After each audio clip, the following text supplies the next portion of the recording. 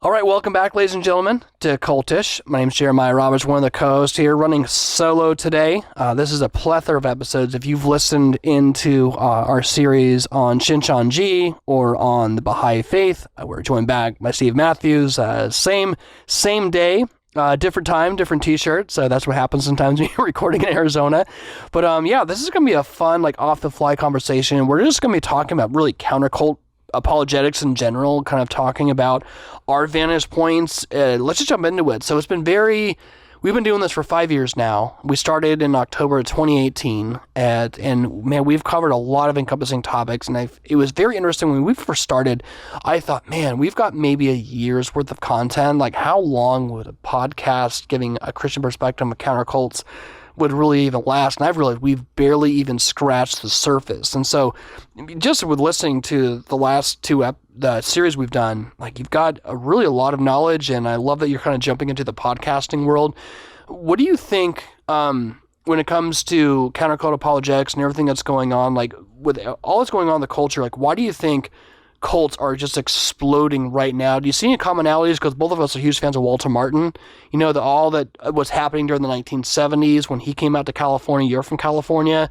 Do you see a originally correlation? From Canada? Yeah. You keep saying that, but yeah, I'm a transplant. Yeah, initially from Canada, but you live in California now. Yeah. Right.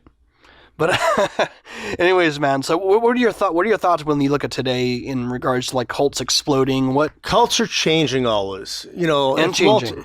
If Walter Martin was to write Kingdom of the Cults today, it would look very different. There's so much to go over in this conversation, but I think it's some really interesting stuff. So I have a saying, 21-year-old kids are not rushing out and joining the Jehovah's Witnesses anymore. They're going to Burning Man Festival. People are into The Secret and the laws of attraction. Now you've got the Black Hebrew Israelites that weren't around before, or the World Mission Society Church of God, the group that I'm the most worried about. Let me just stop on that one. World Mission Society Church of God is a newer group. It took the Mormons 141 years to get to 3 million people. It took the Jehovah's Witnesses 107 years. World Mission Society Church of God did it in 35 years. In 1998, they're in one country. 20 years later, they're in 175 countries. Wow. It's not like they were before. Walter used to talk about, give someone a class and become a Watchtower Wonder. They'll wrap up a Christian into a doctrinal pretzel. Yeah. Right. Well, these guys are worse. There's a whole new breed of different groups coming on. Mm-hmm. If people still think it's about the Mormons, Jehovah's Witnesses, they don't have a clue. Most of the people in apologetics don't have a clue. Mm-hmm. Now you're having all these different new groups. The New Age movement, they don't even call themselves New Age anymore. The only people who use the words New Age are Christians, because that's what we were used to saying back in the day. Yeah. And New Age music, Guitar, all those guys. It's really Guitar. True. Yeah. Yeah. So we're always thinking John Tesh, pre-Christ. He's a Christian though. Yeah, I know. He is now. Yeah. Was he not before? I've met him. I don't think he was at one point. I think back in the whole, Very back when cool. he did Avalon. I can't believe I actually know the name of that album. That's embarrassing. Yeah, but anyways. This is your host. Yeah. So now New Age has become more mainstream. Yeah. It was an evolving movement. When Doug Rotice wrote his great book, fantastic book, Unmasking New Age, he talked about the inroads of New Age, Spiritual Counterfeits Project, phenomenal counter-cult ministry. If you don't know them, we'll get to a little bit of that in a second, but he talked about, the New Age in quantum science and physics, in politics, in the ecological movement, in spirituality, in alternative medicine. New Age touched so many things, but now it's become so mainstream. They don't even call it, they call it the new consciousness movement or alternative spirituality. Yeah. They don't even use the word. And I've heard people say open source spirituality. Yeah, there's a million descriptions for it now, but it's basically this fusion of Eastern mysticism. Our culture is moving farther and farther away from our Christian moorings. America used to be such a more Christian country. Even among people who weren't going to church, they have a lot of reverence at Thanksgiving and thanking God working in American history. But as we have left the Bible behind, and then families are breeding new families of just kind of humanistic people, they're becoming more and more woke. Everything's changing. People are more able to fall for these new groups that you're talking about. So back in the day, you had your established groups, kind of like in the Kingdom of the Cults. You had the Mormons, Jehovah's Witnesses, Unity School of Christianity, Christian Science, all those kind of pseudo-Christian established cults. Then Walter had to write the new cults, and then he had to take on, there's a new wave coming from, India, you got, Hare Krishna and Transcendental Meditation. You had Divine Light Mission, with Guru Maharaj, all these kind of guys. So things kept on changing and changing. Things continue to evolve again. If Walter said he'd have to put out the new cults or something, because we're having a tremendous wave now of cults coming from Asia. And these guys are a very, very different breed of cult, where they're very hardcore, very demanding. They get people in through love bombing. They control you by fear, guilt, and shame. And when you leave, they shun you, and you get PTSD and don't want to go to church and pray and read the Bible anymore. Yeah. It's a whole different makeup, these Asian groups. So they're exploding. They're huge in the millions. Yeah. And one of the things too, like Walter Martin, he was brilliant not only in countercultural apologetics, but brilliant in leveraging technology. So in the same way, how he would talk about how cults will outdo us when it comes to getting information out. When you look at, for example, even like on the Scientology network, you look at the production and quality of the millions of dollars that goes into that, you're like, oh my goodness, like how do we, when I was starting Cultish, I was watching the Scientology network, I'm like, how do we compete with that? Yeah, the Mormon campaign, I'm a Mormon. I mean, they've done such amazing work. I'll just say, like, Mormonism. So when Walter Martin used to speak about Mormonism, he'd say, well, there's a missionary training center in Provo, Utah. Right. And, there's like 14 temples and there's, 3 million people. Well, now you got 15 missionary training centers. You had 160 some dedicated temples, a lot more on the way. You have coming 17 million people. It's a whole different thing. Now these groups are leveraging technology. Like you're looking at smartphones, you'll have like Baha'i prayers in the app. You'll have the Kabbalah Center, all their kind of stuff in there too. The Mormon Gospel Library. All that they're leveraging technology. When you're a member of a cult, if you're a Wiccan, you're going to open up your phone, you're going to go right to that app store and look for the Wiccan Read or, the grimoires and all this stuff. So you're going to be actually digging deep because you could leverage technology. So these guys, back from the day of Walter, things have changed so much. These cults are bigger, they're richer, they're more powerful. They know how to do it better. They've really learned by trial and error. They're better at marketing. They're a whole different game in town now. Yeah. Well, you don't even have to be rich to start a cult. If you think about technology, all you really need is one, you just have to be a cult of personality. You need a simple, a couple $100 setup from Best Buy, and you need a TikTok account. Yeah, and we're going to be seeing AI cults coming up. I mean, it's not even going to be human cults. It's going to be the cult of AI. I mean, we're under such a tremendous change. I mean, the traditional cults, as I said, they start off like the pseudo-Christian cults, and then they moved. We went through the human potential movement, right? With like Forum, which became Forum, which became Landmark. And then you had all these other, human potential groups. You had some mystical cults like Eckankar and John Roger, MSI, a movement of spiritual inner awareness, and some of those kind of groups. Things are constantly evolving. Like, I mentioned Burning Man before. So Burning Man it's not a religion and it's not a cult, but it's a spiritual movement for sure. And the way I describe it is it's a replacement for religion. Yeah. So you have transformational festivals. You have Lightning in a Bottle in California. I mean, there's so many of these festivals, and they're outdoor activities where you go out there, kind of get in touch with Mother Nature and connect with your spiritual self.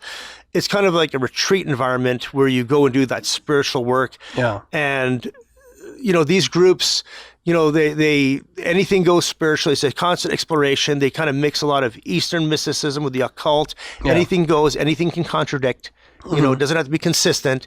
And the one thing that gets ridiculed is Christianity and the gospel. You'll see, like, I've been to Burning Man. They've had really bad, irreverent things out there in the playa. That's, wow. It's bad news. But this is where kids are going. So they're driving past. They'll be driving from across the country to go to Burning Man, spending thousands of dollars. They have to get off work for a week. They're eating horrible food, which is all contaminated, this lake bed of sulfuric ground dust that gets into all your food, your electronics, makes your body, your feet bleed and stuff. You have these dust storms, make your eyes hurt. They drive past 1,500 churches to get out into that desert for a week with no electricity. It's convicting. Yeah. With no electricity, no water, no cell phone, all cut off from the outside world to have this petri dish where they go and create this new kind of reality out there. It's it's almost like a metaphor for like a virtual world in the physical world. So they call it, when you go onto the playa, they say welcome home, a term often used by pagans too. Yeah. And, it's basically, they call this the default world. So they kind of turn reality in its head. They say that that's the real world. This is kind of like the fake world. So you're coming home there, but then you go back to the default world. You have to go decompress after the burn. Yeah. And it's just such a whole different kind of, the new generation is very experience oriented. They don't want to pay to own stuff. Studies have shown, the younger generation now, the generation, whatever we're up to now, they want access, not ownership. So they want to spend their money on an experience where they go out and do these experiences and, like a DIY, create your own reality and religion kind of thing, where you kind of take a pick and pick of all this kind of stuff. So. Yeah. What do you think of like when a lot of people, for example, we've only kind of tapped into it a little bit, is like AI. That's something. There is areas. What's the Spiritual Counterfeits Project? When we first amazing group. Yeah. So when I'll give shout out to them. When we first started Cultish, we did this one episode on, it was called Anthony Lewandowski and the Church of AI, and it was forever ago. This is like 4 years ago, and so much has changed since then. But there's like this spiritual component that always seems to come along with artificial intelligence, because in some sense it's a replication of ourselves. So people look at something like Sophia and they feel like we could maybe tap, because they're emulating us. So maybe if we understand we're creating God in our image, we can understand ourselves better. Like, what's your take on all that? Like, what do you think about all? Well, we're creating a religion, our image. Any time we have something good given to us as humanity, we always find a good way to turn it for evil. Mm-hmm. I think of Romans chapter 1. It says they're inventors of evil things. We do that. So it's like our heart has that Christ-shaped hole in it, and we want to fill it somehow. And whether we do it by going out to the desert or going chanting in front of a scroll, or if we want to, do it in a million different ways, we're going to try to do it. There's so much power in AI. It's almost like an infinite world, but it's an alternative world where we can anonymously participate. It's almost like a new way to push the envelope in spirituality. Yeah. So we're gonna look for something, and we're gonna do it. We're gonna use tech for that too. Yeah. Well, it's interesting. What do you think? People will even debate or ask us whether or not like AI is neutral in the sense where some people say it's inherently demonic, which I think there's maybe that's a strong word. Yeah, I think it's a spiritual. It's more of a secular thing that can be utilized. Yeah, I think it's also, if you try and take that route, you're starting to sort of take an idea of like you're trying to blend the material between the immaterial, so sacred and the profane, right? And so what's interesting is that I think that AI is neutral in the sense that it's only in the sense that it artificially emulates the image bearer that's utilizing it, right? And we pull the lever, the fallen image bearer. What do you think is going to happen? Yeah, so I'll just give you an example of like AI being used for evil, where Pastor Jeff will, with the ministry we do towards abortion and encountering that, there's times where he's uploaded video on YouTube without giving any geotags like whatsoever, and AI will actually pick up the fact that he utilizes language in it and immediately will demonetize it. So you see, in some sense, AI artificially suppressing the truth and unrighteousness. Exactly. It's the tool for people. Yep, I do. Yep. If I can go back to Spiritual Counterfeits Project, even a shout out. So in the world of cult apologetics, there's two kinds of ways to kind of look at things. So you have Christian Research Institute, which came from Uncle Wally. Yeah. We can call him that, right? Yep, I call him that. Basically, they take on a lot of groups that kind of have a biblical authority or an authority system. So, for example, if you're talking to a Muslim, you can use the Quran against a Muslim. If you're talking about with a Mormon, you can use the Book of Mormon against a Mormon. If you're talking with a witness, you take them to the Bible, use the Bible. So it's got that authority thing against them. Spiritual Counterfeits Project did a much more complex kind of thing where they go after groups who don't have that authority-based scripture, and they try through common ground and reasoning to try to show how a lot of that stuff is false. So it's the whole thing. They're a group out of Berkeley. They're kind of going through a lot of changes, but they have an amazing legacy. They took in the 70s transcendental meditation to court when it was coming to our high schools and using taxpayer money to Hindu rituals. And, a lot of Americans, even non-believers, love Spiritual Counterfeits Project for that because it saved a boatload of money for them for this Hindu thing being, recognized at the Supreme Court and booted up. So they've done a lot of these really complex issues, like Wicca. They've done outstanding work on that. Groups that are much more slippery in that kind of reasoning process as opposed to just the Christian stuff to take there. Yeah, well, let me ask you one last question. We could also tie it into just counter-cult apologetics and the New Age, because what New Age a lot of times will do, I guess I'm still using an old school term, but modern day spirituality or whatever you want to call it. Alternative spirituality. Yeah, they'll take things that are in any way that are vague, and they'll affirm the reality of those, but they'll take any place that's vague or nuanced, and they'll try, and that's where they'll stick something in like the like karma or your third eye or consciousness, and people they'll secretize it like within the whole AI conversation. The AI is an extension of our consciousness. But what do you think the area as far as technology when it comes to like how Christians should deal with it? So you think of like Elon Musk or Sam Harris, they look at the idea of singularity, which is the idea that eventually AI will surpass us. So like, what does that look like? They fear it. So when Elon Musk was talking all those years ago about us opening up the demon, I think he was talking about, well, eventually there's going to be a point where they're going to be the dominant, AI will be the dominant species, so he fears it in that sense. Skynet. Yeah, so I look at a lot of it, and I'm asking myself questions too. Like, I have a child on the way, and that's, I'm already... You bring him into this world? Yeah, bring this world, like what technology do I expose him to? Do I even put a kid on my child on social media? Like, there's a lot of questions I'm asking myself I've never asked before. And I think a lot of people aren't now because the world is changing so fast. Just in a few months with ChatGPT. I mean, it's such a fast change. Oh, it's crazy. It's, yeah. I mean, we don't even know where it's going. We can speculate. I mean, there's enough other groups, enough things to kind of analyze on the other stuff, but absolutely. Hey, I want to go back to the rise of the Asian cults. Yeah, let's go for that. So you have a lot of monsterly big groups coming out of Asia now, and they're going around the world. And what happens with a lot of groups is that, like one of the groups that was really big, like the group that more people saw counselors in the 1990s and all of the cults put together at the same time was the Boston Church of Christ, Kip McKean's movement. Oh, yeah. And this is the group they're a campus ministry. They go into campus, they believe baptisms for salvation, that they're the only true church, they deny original sin. They've got some messed up things. You got to do their first principles, and they become a disciple, a discipling partner. They really force your personality. We'll get more into behavior control, but they kind of made you in the image of Kip McKean when it's not your God-given personality. And then people started having emotional breakups and all that over that stuff. So that was a really good, big group at that time. It did a lot of damage to people. Now, a lot of these Asian groups are like that. They do massive damage. The thing about ICC and the Boston movement, a lot of people here are aware of how destructive they are, divisive inside of churches, so they're having better success overseas. The same with the Asian groups. They're getting bad reputations in their home countries, but now they're able to export it to the West, and they're starting to make followers over here. So I gave a word on the World Mission Site Church of God. They're a Korean group.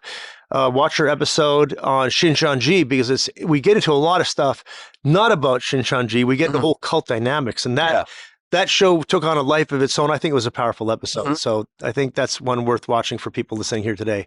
So Shincheonji is another Korean group. Then you have JMS Providence, who also goes by Christian Gospel Mission. They're the ones who are covering the Netflix show In the Name of God.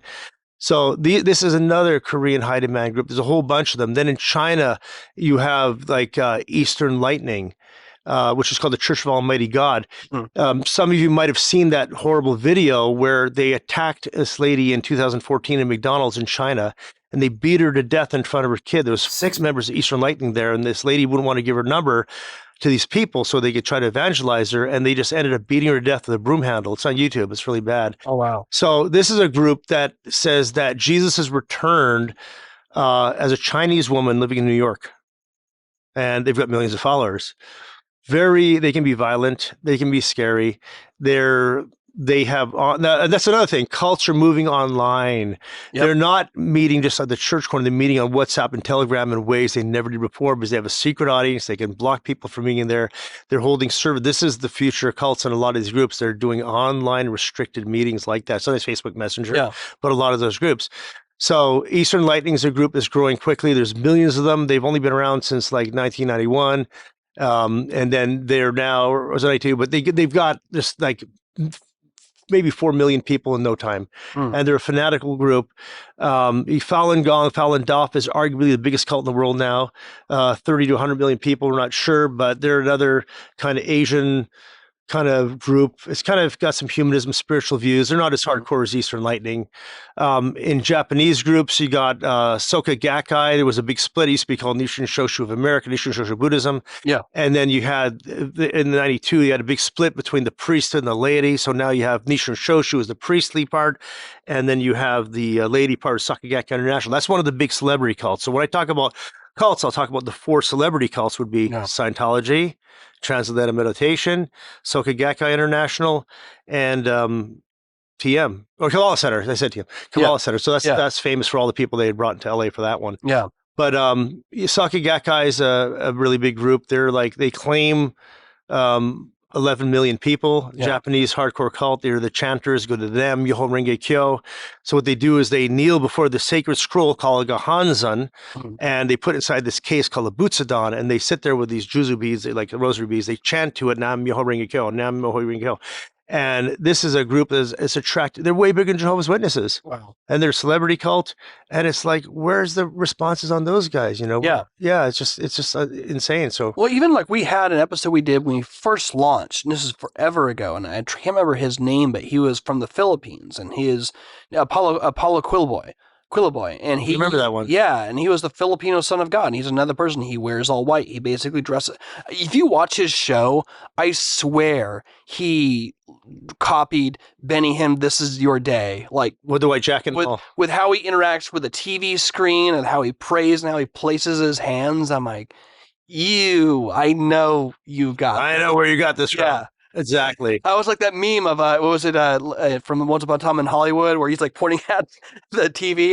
That was my response when I saw it. But it just goes to show that someone like the Philippines came in a massive following, but just these Asian culture exploding. It's crazy. That's the thing. Most people in apologetics don't know that. So, I've discussed the Korean groups. I've discussed how some of these Chinese groups are getting big. Japan, you got Soka Gakkai, you got another one called Happy Science. The leader just died a couple months ago. They were all praying for his resurrection every day. Ryo Hakawa of Happy Science. They claim 14 million. I think that number is radically inflated. They're like the Japanese Scientologists. Yeah. They believe in, communicating with spirits and all this kind of stuff. Obama speaks through Master and everything, and Alcantara is God for them. That's another really big group. In the Philippines, you got Iglesia Ni Cristo, and Iglesia Ni Cristo can be violent and bad news. There's if you want to watch something on YouTube to freak out on that one, there's a Canadian show called The Fifth Estate. It's kind of like our 60 Minutes. Yeah. And look up kidnapping, violence, Iglesia Ni Cristo, and you'll see something there, the way they do some crazy things. Yeah. So they're a pretty rough group too. Some of the groups you have to watch out for kind of violent. We'll move from the Asian groups to a group that's gotten really big, a Mexican group called Luz del Mundo. Yeah. LLDM. You know where the temple is over here. Over here, yeah. It's right down the street. And they just had an HBO they had a documentary on HBO about that. It's unbelievable. There's so many of these groups. And that's why we're doing this today. Yeah. Things have changed. It's not about the Mormons' witnesses. I have people I know in my life who are into Luz del Mundo. Sweet people. Yeah. Now that guy, what's interesting is there's another show, then the one in the Name of God on JMS, the one I just mentioned before, Providence Church. And he is doing time right now in jail. He's a pervert who's molested hundreds of young girls from his cult, and he's gone away for years and years. Well, Apostle Nassan from Luz del Mundo is sitting in an LA jail for a bunch of years too. And they don't tell the members why. They lie to the members why he's in there. Don't go on the internet. Don't look up the story. But, this is why he's in there. He's being persecuted. Yeah. But it's not because he's out of hundreds, and they've got recordings and everything of these poor young women that Apostle Nassan and, JMS, the same thing. These horrible breeds. I've watched a lot of cult documentaries. It's a thing now, right? People are, whether it's NXIVM or polygamous Mormons, I mean, people are interested in that side of life. Yeah, but this is one, and I feel like, and you have to be careful because I feel like sometimes you can almost get numb to it because you hear it so much. We don't want to be desensitized. We want our heart to break for these people. I remember watching, it was the HBO documentary on Luz del Mundo, and I was viscerally angry. Like, my wife was like, "Are you okay?" Because it was just, one, you saw the victimization, but then when the state of California gave them a plea bargain, when they promised the victims they wouldn't, like, it was like that vengeance is mine, saith the Lord, took a whole new level of gravitas to that. Absolutely. But it just the Children of God did that stuff back in like the 60s, 70s. Family of Love. Moses David Berg is from Huntington Beach, right in my backyard.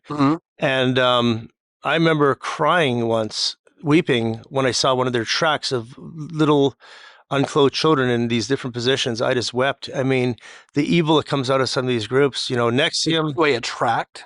Yeah, I don't even want to talk about it, but it's basically, it's like, it's more of, I know who they are. Maybe we don't call them a tract. I think it's just like an internal pamphlet, but it's basically vile depictions of children, and it's just Mhm. they were a wicked, evil cult. They Yeah. talked about hookers for Jesus. They would say God is love. Yeah. So they'd say you do flirty fishing and be Mhm. hookers for Jesus. And the Moses David Berg, he had these Mo letters, which are these kind of cartoon books. Got them all, and he'd go out there, telling women to go sleep with people to bring them into the cult, and then Yeah. they'd be in bed with their one night stand, and they'd be saying, "Hey, well, I'm going to show you the love of God." And they try Yeah. to witness to them their gospel while they're in bed with the guy. And it's just Yeah. like, it was an evil group at the time. And then now Nexium has come out, and there's another sexploitive cult. I mean, a lot of these, Yeah. we talked about back in the day Mormonism, all the Was it polygamy. Mike Raniere? Yeah, when we were on with Mike Rinder, I think he said that when he watched, Mike Rinder said he watched The Vow. He said he basically copied Scientology, and you'll see that a lot as these cults grow, they evolve and they expand, and that's one of the things that Walter Martin back in the day was really sort of trying to send the alarm bell on. He talked about how they're getting organized. The people who wouldn't talk with each other It's changed. are now talking with each other. And this is the 1970s. Now we're looking at 2023, and you're seeing the same thing. It's nothing new under the sun. It's just different technology and communication barriers. We're influenced by the Seventh-day Adventists and with Scientology. Yep. Those two, I mean, there's one is more like the pseudo-Christian based, and one is more that, but I mean, certain cults have changed, like I was saying before, like Kingdom of the Cults. I mean, if you look at that, Christian Science, they used to call it the cult of little old ladies. Well, that little old ladies group is dying out. They're getting lawsuits of compelling interest to protect the children in Massachusetts, for letting them die without seeing doctors and stuff like that. So they're kind of fading away quickly. Unity School of Christianity, when's the last time you met one of those? Armstrong has become a kind of Christian church now. The Grace Communion International. The Way International, there's little splinter groups out there. They were a thing. Everyone was worried about the Way a while ago. Victor Paul Wierwille died, and now, that kind of went by the wayside. So Kingdom of the Cults would look very different now. You'd have to be looking, the Kabbalah Center, I mentioned them as one of the big celebrity cults. They claim millions of people too. They've gone through a lot of changes with, the Berg family one by one dying away, then Yehuda Berg being more sex offending stuff. He's gone from the family. But it's like you'd have groups like that. You'd have the Hebrew Israelites, United Pentecostal International, all the, World Messiah Church of God, all these groups that now would be in a newer version of Kingdom of the Cult, because it's been radically changed. And it's just like, these are all important souls who Christ died for. They all have different, and that's another thing. It fascinates me too. It's like, you'll have like, World Messiah Church of God. They love to go to Walmart to try to reach out to people in Walmart. So they go to, knocking on doors and everything. Then you'll have, the International Church of Christ, Kip McKean's guys. Now there's a splinter movement that he's in because he got kicked out of his own movement. So now it's the ICC. So it went from the Boston Church of Christ, which became the LA Church of Christ, and the International Churches of Christ, and now it's the International Christian Churches. So they're a campus ministry. They're going after kids on campus. World Messiah Church of God is going after people on campuses. And then you have like Shincheonji, who are coming into the churches to take people. So you have all the different groups, some going to your door, some going to the campuses, some coming into your churches. It's like Satan is working in many different ways to get every last soul that he can get. And it's like, he's not leaving any stone uncovered. Yeah, not only that, I think one of the areas too, which we kind of talked about in our episode with Shincheonji, is that you also have the positive aspect of a technology where now information exploiting these cults is now available. It's hurting the Mormons, hurting the Jehovah's Witnesses have stayed pretty flat for like 20 years. They're 8 million people. They're just not growing. Like I said, unless you're born in the Jehovah's Witnesses, you're not going to rush out and join Jehovah's Witnesses. You're going to be doing some of these more do-it-yourself religions, And then Wicca is more popular than Christianity in most college campuses. Why the heck would I want to be part of your religion, Jeremiah? Hi, guys. Where it says, your book says you shall not suffer a witch to live. You guys persecute us. You killed us at Salem. You guys are evil. And all this is witches are going to say, you don't understand us. We don't even believe in the devil. Yeah. We're a peace-loving nature religion of Mother Earth and everything.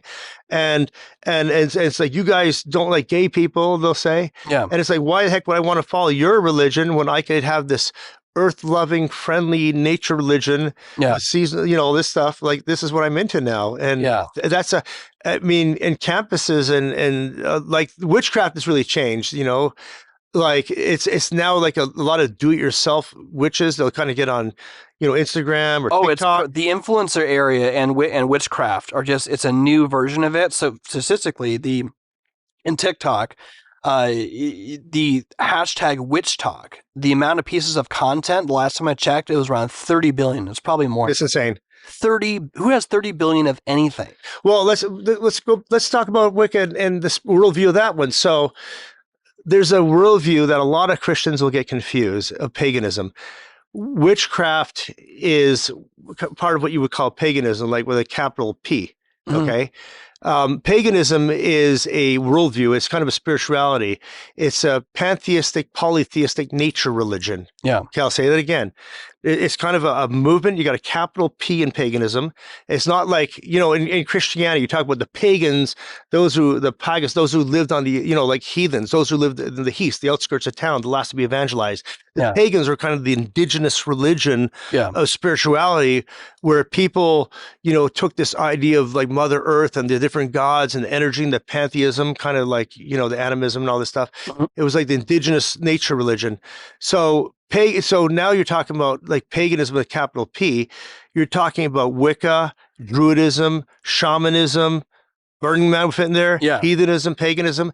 And that's the religion. It's all about like, Earth Mother, feminine spirituality, seasonal cycles, festivals, sacred spaces, sacred geometry, that whole pantheistic kind of mother and feminine spirituality. A lot of Christians get this wrong because they confuse New Age with paganism. They're very different. New Age, pagans will laugh at it and they'll say, those guys are called fluffy bunnies. They kind of mock it. They say it's not the real deal. So we pagans are the real deal. The essential problem of mankind is we've lost our interconnectedness with nature and the oneness of all things. Now, the similarity with New Age and paganism's kind of taken a new whole growth, as we could tell, right? So you had, the pop, Shirley MacLaine, the fatter stuff in the 80s and 90s, right? And all these different movements, the Eastern stuff. Paganism, I think, is coming to fill the void in a lot of people's hearts now because they're looking for stuff, all the TikTok and stuff. They want this kind of do-it-yourself spiritual kind of religion. New Age thinks you manifest reality outside of yourself. You kind of create it. But paganism says, no, this is very, very real. The stuff that's going on around us, it's not mind over matter. It's not something we manifest. This is very real, the nature and stuff. We just got to fit in with that nature. So they're both oneness. They're both, like Peter Jones. Yeah. Oh, one or two. Exactly. Yeah. You want to say for listeners, if there's their first time? Yeah, One or Two, Seeing a World of Difference. That's a book it's definitely on a recommended list. I would definitely recommend Oneism and Twoism? Oneism and Twoism. Explain that real quick. Yeah. What's that? You can explain that. Yeah, so one just very quickly is that oneism versus two. So basically, worship is inevitable. I mean, this is Romans 1 is really Paul's doctoral thesis on paganism, where worship is inevitable. You're going to worship. You're very right. It's an indigenous religion. Right. Romans 1, when man's left alone with outside revelation, he's going to create his own religion. And he's going to worship the creation. Exactly. That's what paganism, capital P, is. So there's no distinction between creation and creator. That's paganism. There's all the oneness of all things. Right. They'll wash out like good, evil, light, dark, male, female. Exactly. Versus two, where there is a distinction. There's a categorical distinction between the creation and the creator, which you see that perfectly meshed together in the incarnation. Yeah. And so that's what you see, the distinction between the two. And so whenever you see somebody talking in simplistic terms, they're talking about oneism. And ultimately, from a theological standpoint, it's inconsistent because the area in which they try to argue that you need to ascend, it's self-contradictory, because how do you ascend ultimately outside of yourself? How do you truly ascend? Where's the destination when all is one? Wherever you ascend, you're going to end up in the same place. And then from a practical standpoint, there's a reason why people who are former New Agers, every single person who's been in the New Age or the occult, they all identify with calling it a spiritual narcotic, because you continually have to find something else, because you never arrive at the destination. It's yoga, incense, tarot. And then what's it next week? Man, you're always psychedelics. You're always looking for something new, because you're on this kind of journey. It's not like you never arrive, and it's like, well, if truth's really out there, absolutely true. So that's something. I mean, I think we're moving towards more paganism like that. Oh yeah, they talk about techno-paganism, where a lot of people in IT and programmers and stuff really fall into this stuff. Yeah, like you go to the Burning Man festival. There's a lot of people who are cubicle working programmers, and they just want to get out and apply it partially as a vent valve to kind of party and have fun. Oh, for sure, hedonism. Yeah, and I think too that the West right now is a complete and utter free fall, like into paganism. We're going into another dark age for sure. Some people debate whether or not this is the end times. I think we're going into a dark age, but what you're going to see, and you're seeing it now, is that a lot of sort of the demonic manifestations is something that typically was reserved for people who would serve in the mission field in a really place somewhere in the Middle East or in some obscure place in India. That's starting to manifest itself here in the West. And I think some of us not seeing that has actually been a blessing. It's a by way of the impact the gospel has had on America and on the West. And now as that's pulling back, you're seeing the veil being unpulled. And so I think when you look at what's even going on in the sphere when it comes to the difference between transgenderism and the distinction, and also breaking down the categories. Right? Why, like, of all the things that secularism could do as they become more secular, like, why gender? Why is it such a big thing? Well, when you just look at Romans chapter 1, like, and that's the problem too, is that why secular conservatism is absolutely, you're trying to make a parachute out of a handkerchief, is because when someone like Matt Walsh just tries to argue biology, it's nonsense, because it's really, at its root, it's neo-pagan. Now this has gone up to the Supreme Court candidate. What's that? That's gone up to the level in our country, in our culture, up to an educated person who's a candidate for Supreme Court who can't tell what a woman is. Right. I mean, this is the bind we're in. This is getting serious. And that's because, and we see that, like, worldviews have consequences. And so I understand as a Christian, like, I look at the issues right now as a Christian first, and I'm saying this is a neo-pagan problem. You can't argue. If you're arguing biology, you're doing it wrong. You're trying to basically only argue from one side of the coin. You're not looking at the spiritual component. And so that's why I think when we look at this when we look at all the encompassing areas of the cults, I think what we've done is incredibly important. I feel like we've only scratched the surface. It's important for us, for this ministry, to move forward now more than ever, because like 2020, the one thing that came out of it was just, I knew there's going to be political uncertainty.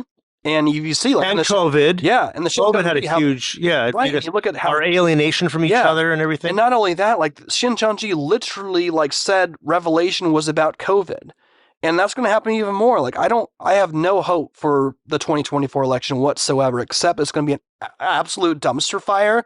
There's going to be more polarization, and all the headlines in 2024 is just going to be literally like magazines cover for Awake magazine or every other cult recruiting technique to say, hey, we're the Noah's Ark, come here. And then what you're going to see as we wrap up here is that people are going to be spit out the other end. They're going to try and pick up the pieces. And one of the documentaries I actually watched a couple of years ago, really enjoyed, was this Netflix documentary called Tony Robbins, I'm Not Your Guru. I know it. In it, there's this moment, and this is right around when I was thinking about doing Cultish, there's this moment that stuck with me when this one lady who was a member of the Children of God, and he comes up to Tony. If you've seen that, it's a very emotional, it's one of the most powerful moments of the entire documentary. Tony Robbins, he's not a Christian. He offers solutions that don't include the gospel. But I had to, like, really ask myself, okay, well, if she came up to me, what would I say? That's heavy. That's heavy. That's not that's real deal stuff. That's the real deal. This is the big leagues. Like, what do you say to someone whose whole association with God is completely associated with being sex trafficked? Do you want to? That's big leagues. That's big deal. That's the arena that you're very deeply broken, exploited, wounded people. Yeah. And the way I look at it is, when we do this counter cult stuff, you could say, this person over here is a specialist for some crazy rare disease that, like, 20 people a year get. Mm-hmm. For you, who cares that doctor exists? But guess what? If you're the father and you got your daughter, that doctor is mighty important. Yeah. We're specialists in what we do here. Mm-hmm. We might not matter in answering these cults to a lot of people, but when your son is in college and he's getting sucked into this group and breaking a relationship with you, now that's suddenly the center of the universe. Yeah. And that's why it's good to do an episode like this, to kind of look at the direction, the flow, where things are going, to know the enemy. Francis Schaeffer said we have to know the language of our culture. And a lot of people in apologetics don't even get all these changes. Like, La Luz del Mundo has got more than 2,000 locations out there. They claim 5 million people. They're growing under our nose. All these groups that are exploding. Yeah. And it's like, that's why, like we talked earlier, like I'm working on a new project. Exposingthecults.com. And we're going to have different websites, whether it's Mormons, Seventh-day Adventism, or Eckankar, or Baha'i, or The Secret, all these different things. And we want to, and it's like we need answers, but it's hard to even keep up. It's like getting that bucket in your sinking boat and trying to tread water. But, by relying on God's grace, by collaborating with other Christians, I mean, it's a joy to be here and to see your heart for these people with the great work you're doing here in front of the scenes. And it's been a blessing to see behind the scenes how you're reaching out to, the pro-life community, which is awesome, and the homeless, and God is using your corner, and more churches have got to really to pick up the slack, because there's a lot of, it's not just about living your best life now. Yeah. It's not just about, my thing is, I always think people are so overwhelmed now in their daily lives that they just can't even take on anything else, when we do need to step up and have a heart. If a lot of Christians could just learn one group really well, we'd be so much farther along and saving a lot of people from tens of millions or hundreds of millions of people from these groups. Yeah, no, amen, brother. So I appreciate that, and just tell them one last time, like, where's you're kind of setting up home base for yourself already. ExposingTheCults.com is the website. Exposing the Cults podcast, and then there'll be links there to a whole bunch of other groups, and we're going to try to make them all gold standard resources. We've got a lot of really cool stuff in the works for this, and we want to get exposure and support and interest in this, where people will, use this mightily, hopefully, in the Lord's hands. Awesome. Well, thank you again for coming on, and we got to wrap up here because our producer Gabe has gone extra innings with us. We're definitely thankful for that, and we got to do another collaboration soon. Maybe we'll come out to California next time, and we'll maybe do some on-the-street witnessing. I'm all about it. Let's figure something out. All right. Well, if you guys enjoyed this episode, this is just an overall overview, just talking about the state of our culture in relation to the kingdom of the cults and the world of the occult and all that entails. So all that being said, we'll talk to you all next time on Cultish, where we enter into Kingdom of the Cults. Talk to you all soon.